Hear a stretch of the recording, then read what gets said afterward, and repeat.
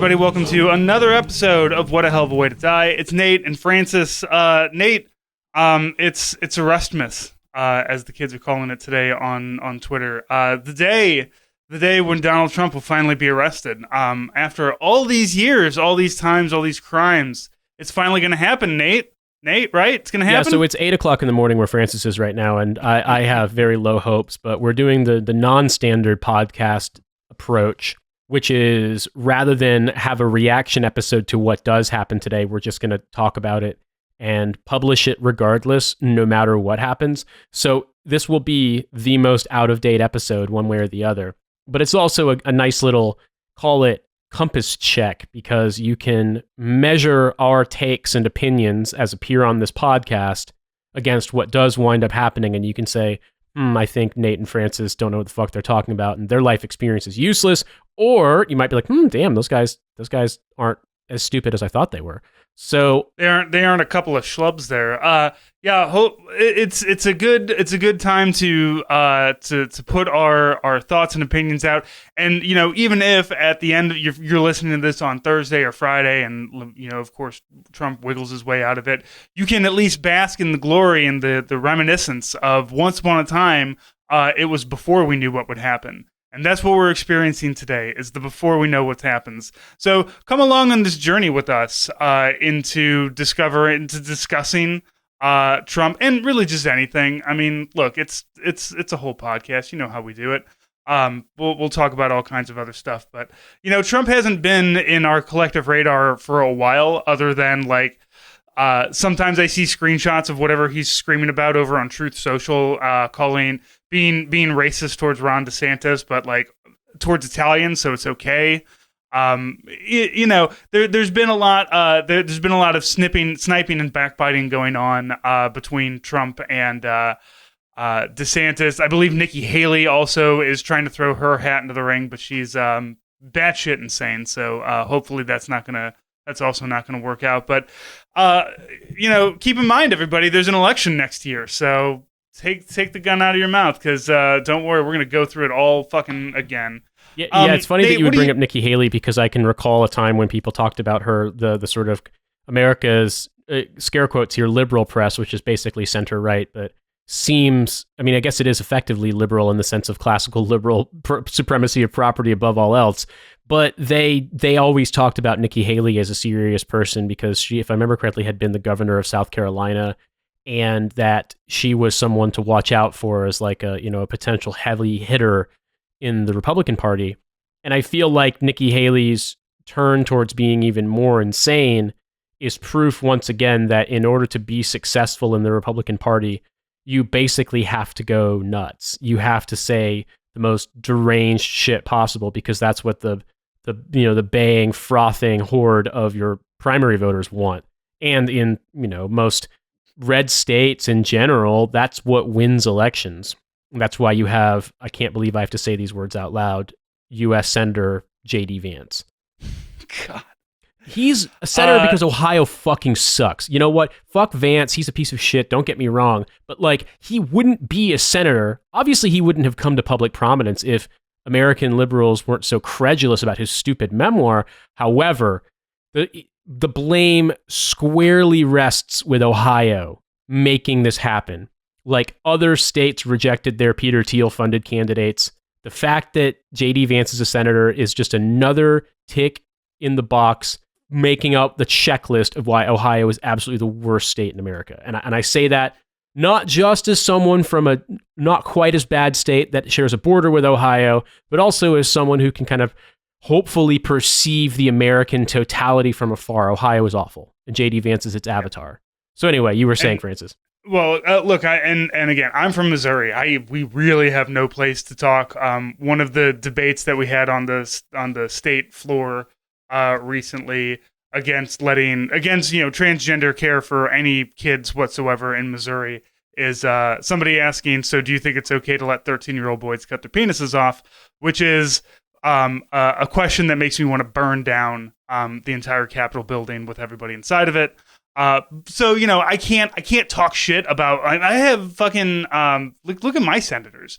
My senators are garbage, but JD Vance was just such a a dumbass navel gazer that like it would be like her like. We didn't elect Herschel Walker. We elected some slick dipshits at least, but they're slick. Like Herschel Walker just has a lot of traumatic brain injury. JD Vance is just, I don't know, he's like conceptual James if like he actually wrote a book. He's like kind of a schlubby dude that has never like possessed a chin whatsoever and just says whatever horrible shit is going to get people to not necessarily like him but vote for him. Like it's this whole like, you know, I'm gonna do whatever it takes to get into power, and I don't care, you know, where it takes, where that line takes me.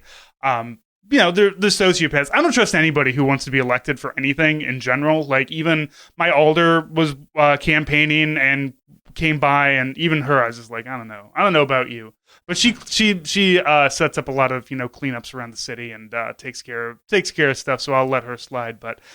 Anybody above like a neighborhood level, I just don't trust you if you want power. So, you know, therein lies my problem. But Nikki Haley is one of those. She was. I remember, you know, when I was still talking to some people who were, you know, conservative, just like, oh, Nikki Haley, she's our best shot of somebody who's not crazy. And it's like, no, it's no better. And as you said, like you have to appeal to the brain frothing hordes, but the upside at least to it is that the right eats its own just as much as the left does. So, you know, I don't think DeSantis is really going to get anywhere without the Trump supporters, even though DeSantis is arguably worse than Donald Trump.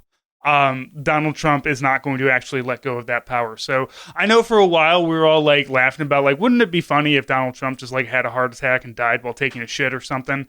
Which yes, would still be funny. However, at least he is some kind of yin to the fucked up yang that Ron DeSantis is.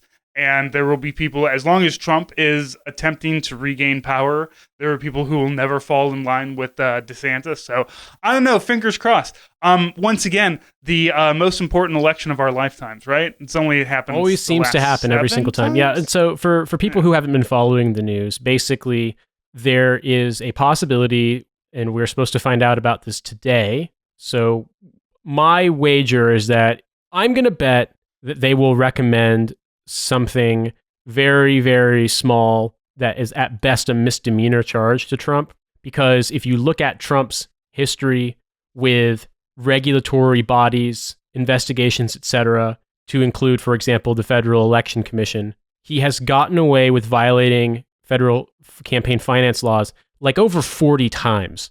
And they never do anything. Duncan Hunter couldn't get away with it. Like, you know, why?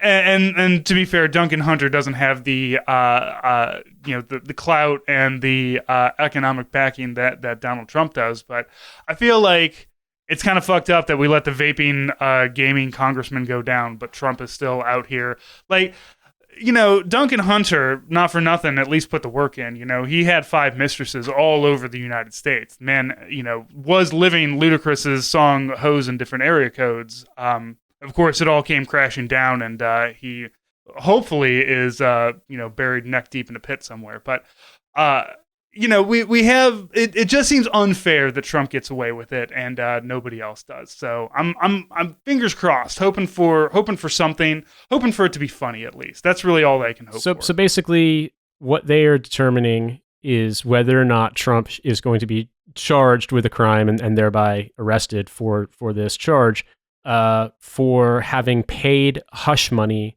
to Stormy Daniels in 2016. And it really just depends on what they wind up deciding to charge it with. If they do charge at all, obviously there were some falsifying documents involved. You presume Trump would take this to trial, so that would be a ridiculous thing. But it's being determined if they are going to file charges, or it's going to take place in Manhattan District Court in New York City. I think one of the arguments that I've seen about it is that Trump supporters have claimed, well, this was in 2016 and the statute of limitations is only 5 years on this crime. But I believe what you imagine they're going to make a case for the fact that, like, well, yeah, the statute of limitations is so if you've spent that much time in New York State and not been charged in New York State, but he wasn't in New York State, he was being the president. So I don't know what's going to happen. My implicit assumption here is that they're going to go for something small, and it would be like a symbolic thing at best. But I'm really hedging my bets like 51-49 on this, that it might also just be extremely, like they might literally just whiff it and nothing's going to happen.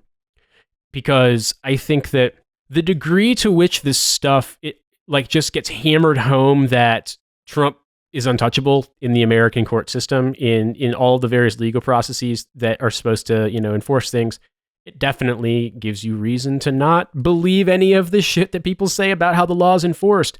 But I think one of the things about it is, like, for better or worse, the FBI is super pro-Trump. Cops are all pro-Trump. Like, the way that the justice system works is meant to, it's meant to send people to prison for 10 years for voting by mistake, but then exonerate people for voting Trump 10 times under their, dead relatives' names. Like, I'm exaggerating a little bit, but not that much.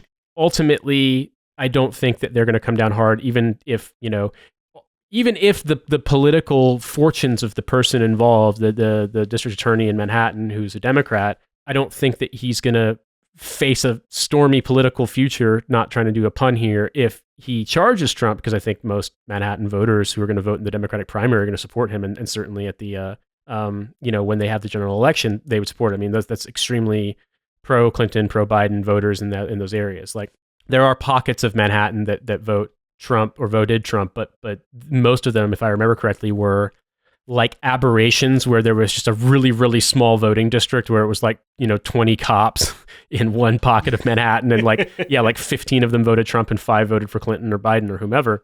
But I really think is that, like, there's going to be so much unbelievable pressure from all of the various apparatuses of government and the justice system that are pretty pro-Republican, if not completely overtly pro-Republican and pro-Trump.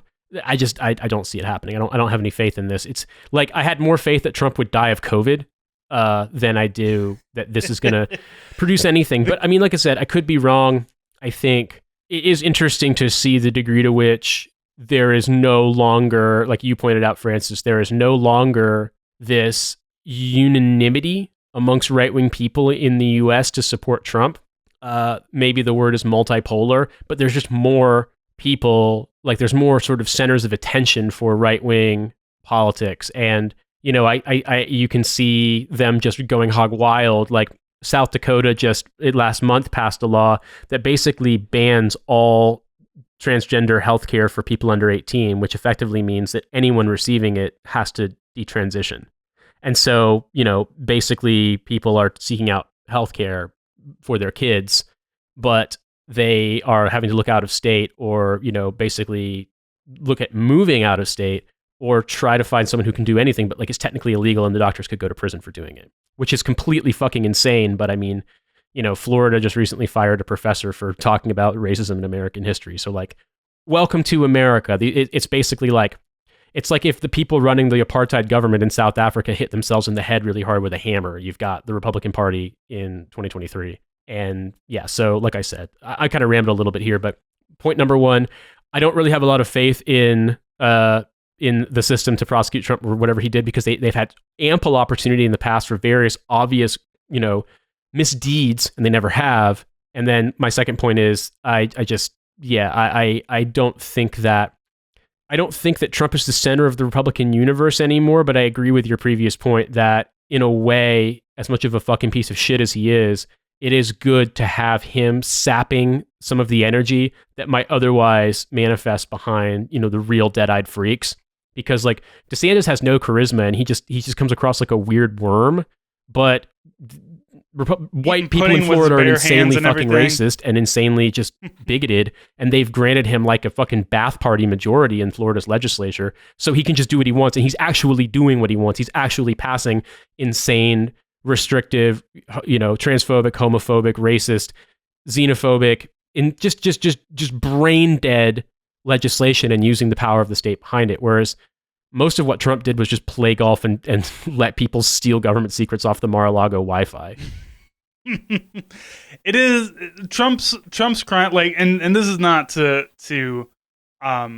say that Trump wasn't a horribly violent and destructive racist who dragged America backwards, and yeah, we're Trump, getting, Trump validated a lot of really bad shit, and worse. Trump also appointed a ton of judges, mostly with Democratic support, who now basically can just play fucking legal Calvin ball nonstop. So he was an absolutely destructive, damaging president, but people in the Trump he also mold, almost died of COVID, and we almost got to watch it live happen. So we're not going to get that out of DeSantis. No, I mean, DeSantis he'll get COVID and just like hide somewhere. Trump will come out and just like cough and wheeze and just be like, "I'm the strongest man alive. I don't have DNA. I have USA." God bless him, man. He's the most American person, I think. Like, if there is an award for the most American person, McAfee's dead, sadly, so it has to go to Trump. Yeah, McAfee, who fucked a whale. If Ron DeSantis died of COVID, he would just make us sound like if you had an inflatable pool toy that was like an anthropomorphic animal, but also somehow looked like a pervert. That the sound that it made while deflating is what he would make while dying of COVID. I hope the Krasensteins are doing okay today. I don't know if they can handle another letdown after everything that they've been doing, but also I think that's like what they fuel themselves on. Go Robert Mueller and the rule of law. I was going to say, I was deeply disappointed when life didn't play out the way that I had expected to after I read their book, How the People Trumped Ronald Plump. So ultimately, yeah, in a way, it's just very strange because when we started this show, you started it and then I joined a few months later, there was this general sense of reacting to what the fuck just happened in America because Trump became president. And when we talk about like the Krasensteins or Jeff Tiedrick or Mueller and the Mueller report or the P-tape, the letter, the I can't remember the name of the British ex-MI6 guy who was working for hire as an investigator and wrote that dossier about Trump. I think it was Christopher Steele, now that I jog my memory. Yeah, that sounds right. All that stuff is like a weird kind of throwback to a very different era. And it made it kind of dawn on me just how long ago it was. Like the early part of Trump's first term, like when he gave the American Carnage speech and just all of the weird fucking shit that was happening, like one new low after another, but also like in a really like bumbling, slipping on a banana kind of way. All of that. Like when he appointed like the guy from fucking Hardee's to be the Secretary of Labor, and they managed to spike that guy's nomination, and it was one of the only ones who got spiked because like there were multiple validated allegations of him having committed spousal abuse, and it's like a part of me wonders if that would even matter that much anymore when you think about the whole Brett Kavanaugh nomination and like what that led to, like the sort of the fact that none of that shit mattered in the, you know what I mean? Like in terms of what actually happened politically, a lot of the stuff from 2017, I don't know, it just seems kind of quaint. And so the idea of Trump getting arrested, like if I remember correctly, the Steele dossier leaked in the end of 2016, beginning of 2017. And so there was this notion that something would happen and obviously nothing did. So I don't know, maybe Trump gets arrested, maybe he gets charged with a felony, who knows? But I kind of doubt it because I recognize that I'm hedging my bets for posterity here, but like I'm just going off of what I remember experiencing and, bits of journalism that I've read here and there about Trump's records and just like the fact that he seems to, I don't know, they never seem to want to actually stick charges on him. They never actually seem to want to prosecute him, even when it's just like he's, had a special fucking apparatus commissioned that's like a neon sign he wears on his body that just says, "I'm committing crimes." They don't do anything about it. Yeah, well, people are okay with the crimes that he does, as it turns out.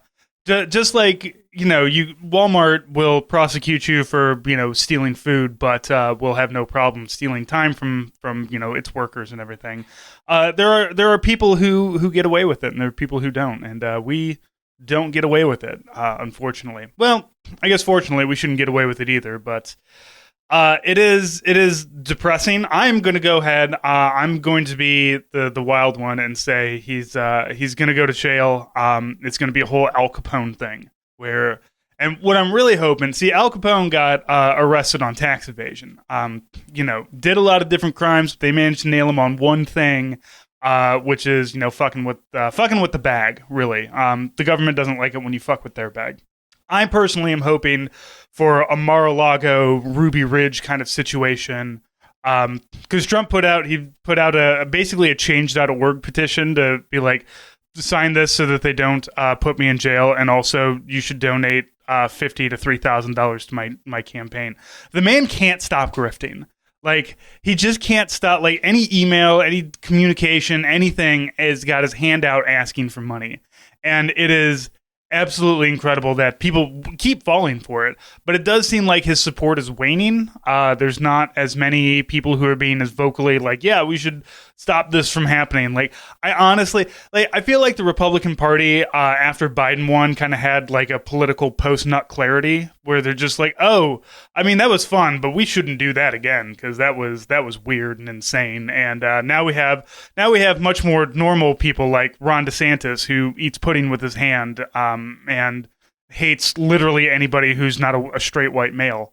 That's somebody that he's all the bigotry and hatred that comes with Trump without the weird tweets. Ron DeSantis can actually get stuff done. His whole like completely taking the local control away from Disney World and putting it in the hands of like people who think like fluoride in the water makes you gay is just absolutely stunning. It's very funny. I gotta ask you, like, what do you think as a Disney adult? Like, do you think Disney would actually, close up shop in Florida and move elsewhere? I mean, obviously they're like, nation state level of power in terms of their resources, influence, etc. Disney World is the size of San Francisco. It is like 40 square miles, over 4 parks, 2 water parks, multiple like. Disney's not going anywhere from Florida. They're too invested, and also like if Disney left, you're talking about 70,000-ish people losing jobs. So I don't think Disney's going anywhere. I think Disney is going to roll their eyes and play the game. The thing is that like Disney kind of basically they had their own. They ran their own municipal stuff. So water clean, fire departments. 2 of the parks are run off of solar power completely. So they have their own solar farms out there. They have, they have animal husbandry. They have veterinarian services and things like that. Like, they have all of these things that were like, and they basically like, look, rather than bother Florida to say, hey, you guys have to come into here and do all of this, we can manage it ourselves. Now, whether you agree that a multinational conglomerate should be able to do that is an argument for another day, but that's basically what they were doing. They're not going to go anywhere, though. Disney, like I said, Disney is too ingrained there. Basically, what happened, like, so also another thing, Disney, somebody's going to yell at me for knowing too much about these things, but Disney also rehired Bob Iger as the CEO. Bob Iger was in from 2005 until, I want to say like maybe 3 or 4 years ago. Iger is the one who bought Pixar, bought Marvel, bought Star Wars, built Disney into the massive, like Disney was always big, but like Disney didn't own multiple IPs like it does now and start pumping out, like Marvel movies started under Bob Iger. He basically, his thing was walking around with like a Marvel encyclopedia and like throwing it down and being like, here's the next like 50 years of movies right there. Go for it. So again, love him or hate him, that's how things work. And they brought him back because the CEO that they did have sucked ass. Nobody liked him. He was kind of a dick.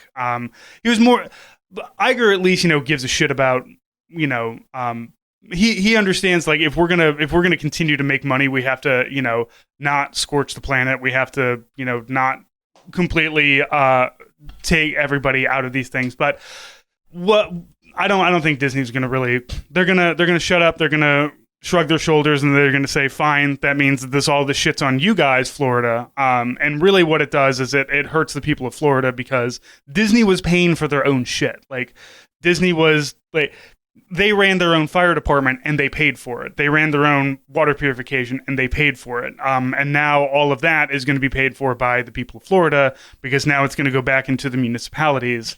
And so I don't know. I think again, it's all revenge. It's all like I'm going to do this as revenge because Disney doesn't, outwardly hate gay people or outwardly hate transgender people. And look, there's no such thing as like a woke corporation. Disney does these things because they make money, just like everybody else puts, little rainbow. Home Depot puts little rainbows on the plywood because it makes them money, not because they really give that much of a shit. But because of that, they're getting pushback. And Disney honestly like does have more of an open like. They were one of the earlier people who were like, no, we're fine with gay people. It's fine. We're Disney. Of course we're fine with fucking gay people. Like, do you think the people that made High School Musical are really like, ooh, gay people? No, get out of here. Come on. Exactly. So, they invented Lumiere, the candelabra, the gayest figure ever appeared on television. Right, a French candelabra talking about romance. Like it was always they were always a little questionable. Yeah, him and the clock. I can't remember the clock's name, but they're a couple. That's just how Cogsworth. Potsworth? Lumiere and Cogsworth. Cogsworth was voiced by Lumiere was Jerry Orbach. Wait, the guy from Law and Order voiced Lumiere? Yeah. I had no idea. Yeah, he sings. Yeah, right? That's so funny. And who was the teapot? No, if you look at the voice teapot. actors, I remember that, but I don't remember who the actress was. No, I know, but the actress, I think it was Angela Lansbury. That's so funny. I totally off topic talking about Disney shit, but I didn't realize. I knew Jeremy Irons played Scar, but I didn't realize that he actually sang. Like on the song Be Prepared, that's actually, there's a little bit of assistance from other vocalists, I think, on some of the parts, but he mostly sings that song himself. He doesn't need to, it's like in The Rock singing in Moana, it's like, you don't have to be good. Like you can because I don't want Scar to have this like beautiful voice. I want it to be Jeremy Irons singing.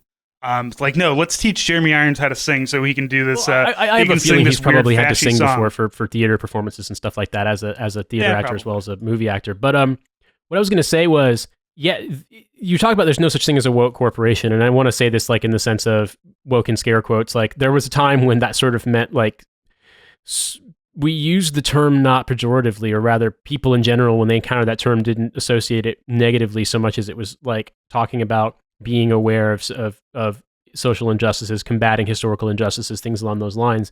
And now it's just become a buzzword for anything. Basically, Republicans want to say slurs, right-wingers want to say slurs, and that's the word they use. And what was interesting, though, is there's an example of something where I can say a corporation acting out of, call it like altruistic interest, and it's not at all, but it's very funny to see them standing up to a nation state, and that is, in the country I live in, the United Kingdom, there's currently a bill passing through their legislative process, so it has to go through the House of Commons and through multiple votes, and then gets reviewed in the House of Lords, and then it goes back for a final vote. And they want to force software companies and social media platforms to give them an option to backdoor into any encrypted communications on various platforms. Now, that's not possible. The only way you can do it is to just not have the communications be encrypted. And so they're basically saying, no, if we're going to try to pass this law in its current wording, it's going through deliberations, but if this current wording did pass, that would imply that that WhatsApp, Facebook Messenger, Signal, any one of the Telegram, any one of these apps, which, I mean, they're how fully hardcore encrypted they are, I would leave to experts in the field. I know that there is at least end-to-end encryption in some of these. Well, they wouldn't work. So these companies are like, no, if you pass this law, we're just going to exit the United Kingdom. And WhatsApp was even like, look, 98% of our customers are outside the UK. Like, why on earth would we compromise our entire platform and our brand for a stupid government decision that affects 2% of our user base? Like, no, we'll just leave. And Signal said the same thing. And it's very funny. It's like, this isn't altruism. This isn't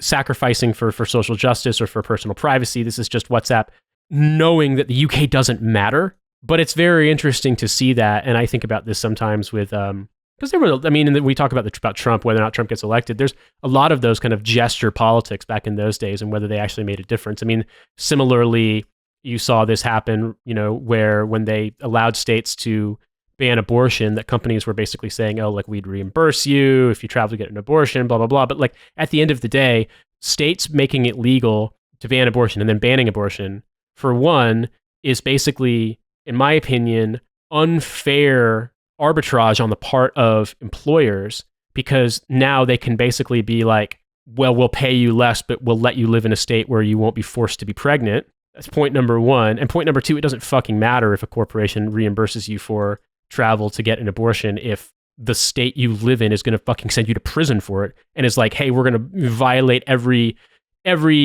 aspect of privacy, or health privacy, or just due process in general to prosecute people for abortions. Like, it doesn't fucking matter if Facebook is like, oh, we'll totally reimburse you. Definitely submit your travel receipts. I mean, get the fuck out of here. Like, that's stupid. And so, yeah, I agree with you 100%. And also, having to, specifically go to your boss at Facebook and be like, hey, I'm pregnant and I don't want to be pregnant anymore. Like, as much as Mitch Brain as people did about HIPAA violations for vaccinations, certainly nobody wants to be like, hey, I need to travel out of state. Like, I know the Army said that, but like, if you're a PFC who's like 20 years old and was sexually assaulted, and now you have to go to your fucking 24-year-old lieutenant who's just as dumb as you are, but has some kind of power over you because he's got a college degree in underwater basket weaving, and now you have to say, hey, I've got I need to travel out of state to get an abortion, and this guy's probably been, fed a diet of Andrew Tate for the last... Maybe the Army's changed a little bit, but I don't know. I mean, like, I just saw this happen over and over again when I was in the Army, that they don't give a shit about that stuff. Like, they absolutely punish people for getting pregnant in the military, 100%. And for example, when I was stationed in Korea, I saw numerous instances of women soldiers getting kicked out of the military for getting pregnant because they couldn't get abortions in Korea, because at the time Korea fully banned abortions. The military, because of Republicans in Congress and in over the course of the last few decades, military facilities are not allowed to perform elective abortions. And so these soldiers' options were either I suppose they might have been able to fly home on leave out of their own pocket and procure an abortion that way, but like, from what I could tell, it seemed like the minute they notified their chain of command, they got fucking notified that they were going to be getting chaptered. Like, and they were chaptering lots and lots of soldiers for this in 2014 when I left the military.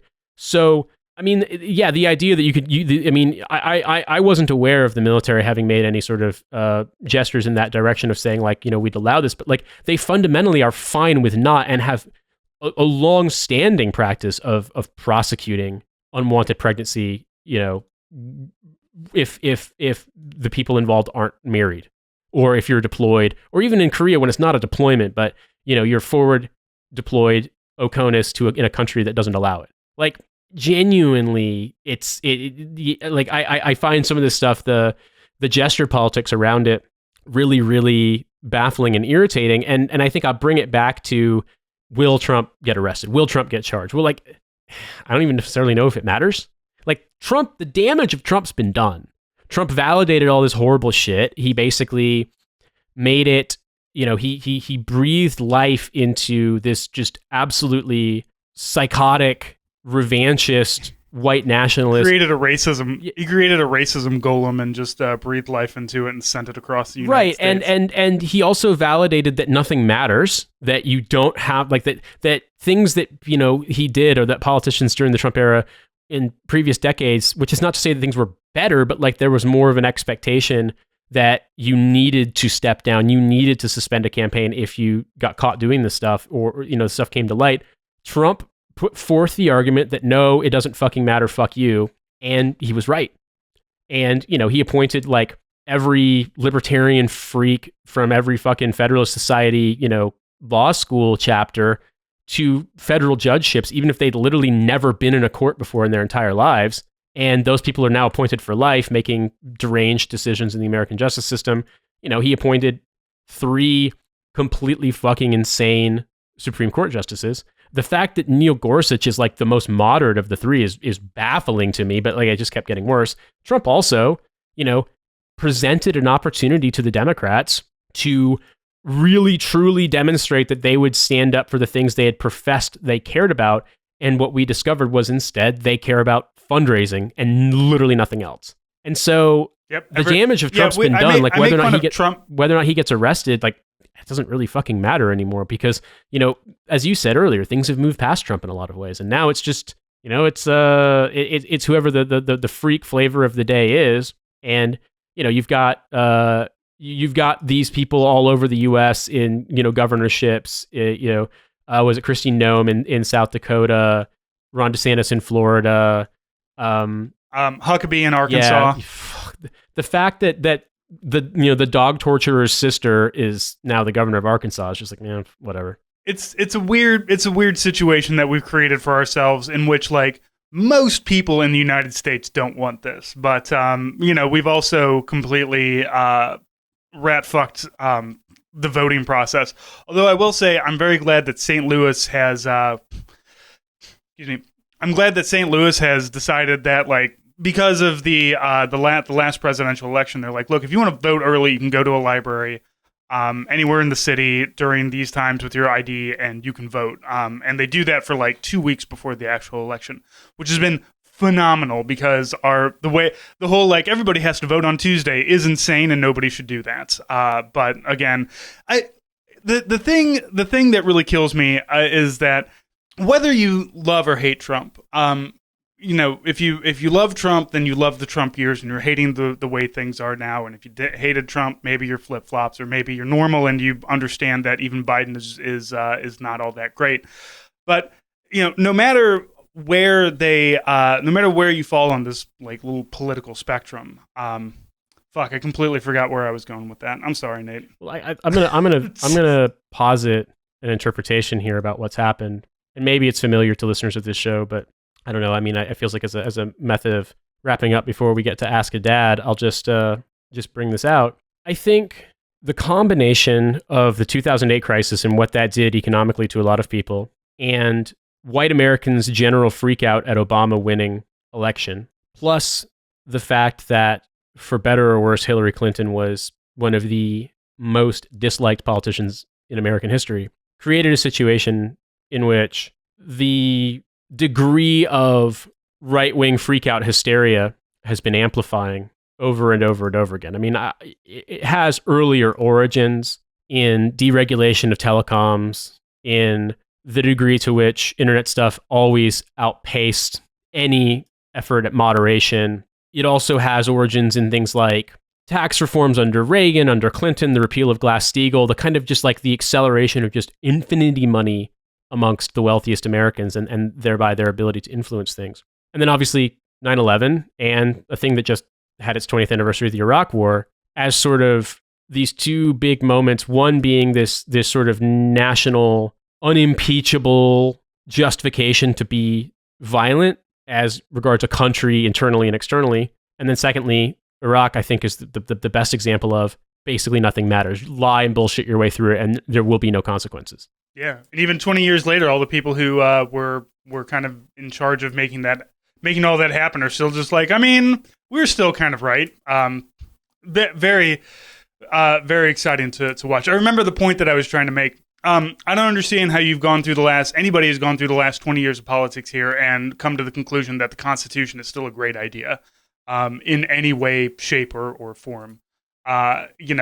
As you said, this whole appointing judges for life, appointing a Supreme Court, people who we don't even elect, that just get to control things. I think that a Senate versus the House of Representatives, but we need more reps. Like 535 is just not enough anymore. We need more. Because originally it should have been one rep for every 35,000 people. So we should have like 1,000 or so House of Representatives. I think they just don't want to expand the rotunda in Washington. But save a buck where you can, I suppose. But I don't like everything about all of these political processes. Like when you're a kid and you're learning civics and you learn about checks and balances, and then you experience it, and like nobody's checking anything because they're just like, everybody's perfectly fine with crimes now. Like as long as the crimes are being done for us, much like the cops will come and beat the head in of somebody who has a T-shirt that says "Protect Trans Kids," but if you show up in full battle armor with an AR-15 and say you're a promise keeper or an oath keeper or whatever, they'll slap you on the back and call it a good day. It's at the end of all of it. Basically, the way that we have created this hell of ours is not great. And I'm not going to say that we need to split the states, that we need to balkanize, that we need to do any kind of. But I do I do feel there needs to be a real fucking reckoning about what we want to, what do we want things to look like in 100 years? I would also make this point too, that there's lots of examples in history of countries that basically became ungovernable because of the flaws in their structure and how they were governed. And those countries eventually weakened and mostly disappeared. I mean, you don't hear a lot about the Polish-Lithuanian Confederation these days, aside from historians of like the fucking 17th century. So that's always a possibility. I mean, countries, states come and go. But I think as regards America, I think it is undeniable that life is getting worse for most people. Every time I go back, I notice this more. And like, I don't think that Britain's paradise. Britain's getting worse too. But America is not the... It used to kind of smooth over the differences because of the ways in which a lot of people were seeing their situations improve over time and their kids' situations improve over time. And in basically every metric, that's not true. America hasn't been hit as hard by inflation as other countries. It also has better wage growth than European countries in general. But life is expensive and shitty and getting expensive and shittier. Is getting more expensive and shittier. And so at the end of the day, I think that there is going to be a rupture, but I don't know what it's going to look like. And I couldn't, I can't look at what's going to happen based on facts today and say, I can definitively say Donald Trump is going to get arrested or not charged at all or whatever the hell. I also can't tell you what it's going to look like with America, but I do know that there are worsening trends that concern me. And I think your point earlier that most Americans don't want it this way, that's true, as genuinely true. It's just that our Constitution was written to placate slaveholders and it fucking sucks. And there used to be a kind of elite consensus on how it's governed, but now it's turned into one side is just braying fucking weird Facebook uncle shit, and the other side is like, oh, we'll definitely be more racist if you'll just, let us name a fucking post office after John McCain. That's the Democrats, of course. And so, yeah, it just doesn't look good. And I think whatever happens today, and when you're listening to this, it'll be after the fact, so you know what we can't know, future listener, explorer through time. But whatever happens with Trump doesn't change what Trump did, what Trump ushered in, what he represented, and the trend that I think Trump is a indicator of.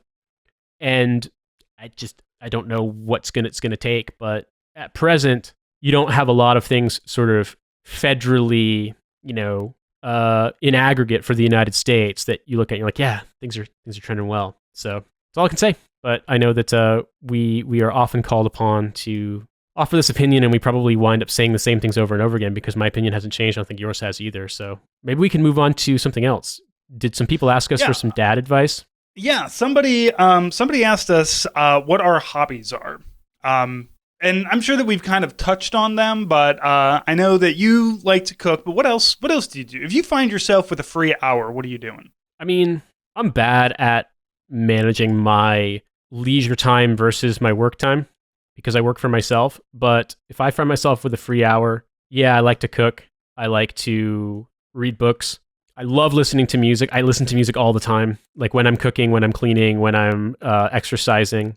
I like to, today, sun's out, so I might actually go for a run. I haven't, I got real sick after Berlin, after our live show there. I just caught a cold and, had kind of travel hell coming back into the country. So I haven't gotten to work out as much, but I'm planning on doing that. I would like to say gardening, but I haven't really done that much. I mean, it's just more like keeping it clean, garden maintenance. I do enjoy riding my bike, but I often use my bike as a means of running errands and getting stuff done. Getting to work, but then also if I need to go pick stuff up from the store, drop stuff off at the dump, things like that, I use my bike. So I wouldn't necessarily call it a hobby, but I'm a little bit inconsistent about this during the colder months because it just sucks here. But I do really like running outdoors, and that was something that I did a lot more of last year, and that I plan to continue kind of easing back into as the weather gets better. Is just not like huge amounts, but I got my 5K time down to the lowest it's been since I left the Army, which is great. And was running, I mean, like I said, not a ton, but sometimes like 15-20 miles a week, which was nice. It was genuinely really nice. Like, and I plan to get back into that more this year. As it does eventually inevitably become warm. So I don't know, Francis. What about you? I'd like to watch movies, but my attention span is dog shit now. So I have to really kind of almost like psych myself up to watch movies, which sucks, but it is what it is. Yeah, my wife and I have basically like our TV watching time is from like 9 p.m. to about 10:30 p.m. So, not a lot of movies you can watch in that short amount of time. Normally, we're watching like episodes of something. That's episodic TV. The move towards episodic TV has been great for parents like me, specifically. So, big fan of it. The last 3 months have been consumed with constantly trying to fix things in my house. The kitchen is still not completely done. It will be done this week because we're having people over on Saturday, so it's like we have to. That's the deadline I'm giving myself to finally finish up the last little bits of flooring that I have to do in the kitchen and the last bit of cutting and whatnot. I was out with a circular saw at night last night trying to get things cut down for it. So it's been a while since I've had any hobbies.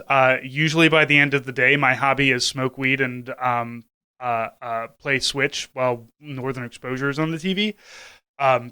What I would like to do, though, because I've been kind of doing this, like our library has this like library challenge where it's like they give you, 2 books to not necessarily specific books, but like one of them was just like read a book that is bird themed or something. And the one from March, which I haven't gotten to, was try something. It wasn't even read a book. It was just try something new that you haven't done. Pick up a new hobby. So my wife does a lot of crocheting, and I kind of wanted to she does it. I'm curious about it. I wanted to try it out, but I still haven't gotten to it because. Again, yesterday I didn't stop working on the kitchen until first off, my regular job had bullshit happen 10 minutes before I got off of work that I had to deal with for an hour, and then I had to do kitchen bullshit. So, however, gardening is a hobby. Just, I know like yard work itself, but like I'm always attempting to improve my yard, so I'm looking forward to like my garden is really going to suffer this summer. We really didn't start any seeds again because of the whole kitchen debacle and everything. But I do have like an area that I've been slowly working and turning into a pollinator area. So the gardening is a big thing, and then during the winter, I don't know, all my indoor hobbies. I'm getting back into tabletop role-playing games. I bought a system called Hero Kids for my daughter. I haven't printed it out and gotten into it quite yet. Again, just finding the time at the moment has been suffering. But even my kid kind of has mentioned it. She's like, she complains that she's not getting dad time. I'm like, yeah, I know, but I like. Turning every corner, I've got to do something. Like there's always something that needs to be taken care of, and it's not necessarily as you were saying the needing to always do something because I need to always be making money. I mean, certainly that element is there, but also just when you own a house and you've got like we redid the kitchen, and now my wife's just like, what, we need to redo literally everything else. So that has been that's been what's going on. So my hobby is dumping money into a big hole that is called the house I own. Apparently, go watch The Money Pit. 1980s Tom Hanks. You should definitely. They buy a really big shitty house, and it's just about how big and shitty the house is. So you should watch that. If you really if you want suburban living, there's 2 Tom Hanks movies you should watch. If you want to learn what it's like to be a dad, watch Money Pit, and then watch The Burbs. Get some of the 80s Corey Feldman into your life with The Burbs. There's also Tin Men, which is kind of a movie about Tom Hanks living in the burbs selling, what was it, tin roofing or tin siding? I can't remember what it was, but yeah, a lot of those. And if you can dig up Monsters and Mazes, the Tom Hanks Dungeons and Dragons is killing your kids and making them want to murder people made for TV movie. Well, at the end of the day, I think as regards hobbies, yeah, I'm not the best about it. I try to, I think, but I have some goals for like kind of clearing my list of books that I'm working on and things like that. And it comes and goes. Sometimes I find it a lot easier, but I've been trying to set more limits on, when I'm not working, I'm not, doom scrolling or just looking on my phone. I've taken most social media apps off my phone. I try to not use them on my laptop either if I'm working that way. I only have Twitter on my desktop machine, so I'm just not tempted to use it as often. And so, but I'm saw a recipe for a Indonesian chicken soup. It's like kind of spicy and stuff. Uses chili paste, and so got the ingredients to make that. I'm gonna do that this week. Got some other things. I do all the cooking for me and Cynthia. So I guess really that's it. That's my hobby is cooking and cleaning up afterwards. I guess that's what I do most of my time when I'm not working or exercising. So I should probably diversify, but that's life. And I guess given the choice, I like to travel too when we have a chance. But obviously some stuff happened in the world that made that a difficult thing for a while. So once we get down to Switzerland, hopefully I will get a chance to see more places I haven't been. So. Yeah, I think we're hoping to get down to Branson because this is the last year for the original Fire in the Hole runaway minecart ride before they rebuild it somewhere else. So, gonna be heading hopefully travel down to Branson. I can do hopefully I can do a live from Branson podcast for everybody, and I can get a fried potato on a stick to show everybody. Yeah, take some pictures of weird Branson stuff because we've talked about it a lot, but I genuinely don't know anything about it besides like. I can remember the kids who went to Branson as like a family trip when I was in middle school, and they were all extremely Christian. So I just sort of got that vibe off of it. But So once again, thank you for being listeners. If you like the show, just bear in mind there's a Patreon that we have shows dating all the way back to 2017. $5 a month gets you everything. $10 a month gets you everything, plus some patches and other items from Francis every quarter. And I would also say if you like the show, maybe recommend it word of mouth. We have a YouTube where we post the show as well. And would also say if you are interested in hearing more dad opinions, just bear in mind you could message us, message the account, message Francis, send an email to sergeantjoker@hellofawaytodie.com, and we can respond to your dad inquiries and give you advice, give you opinions, etc.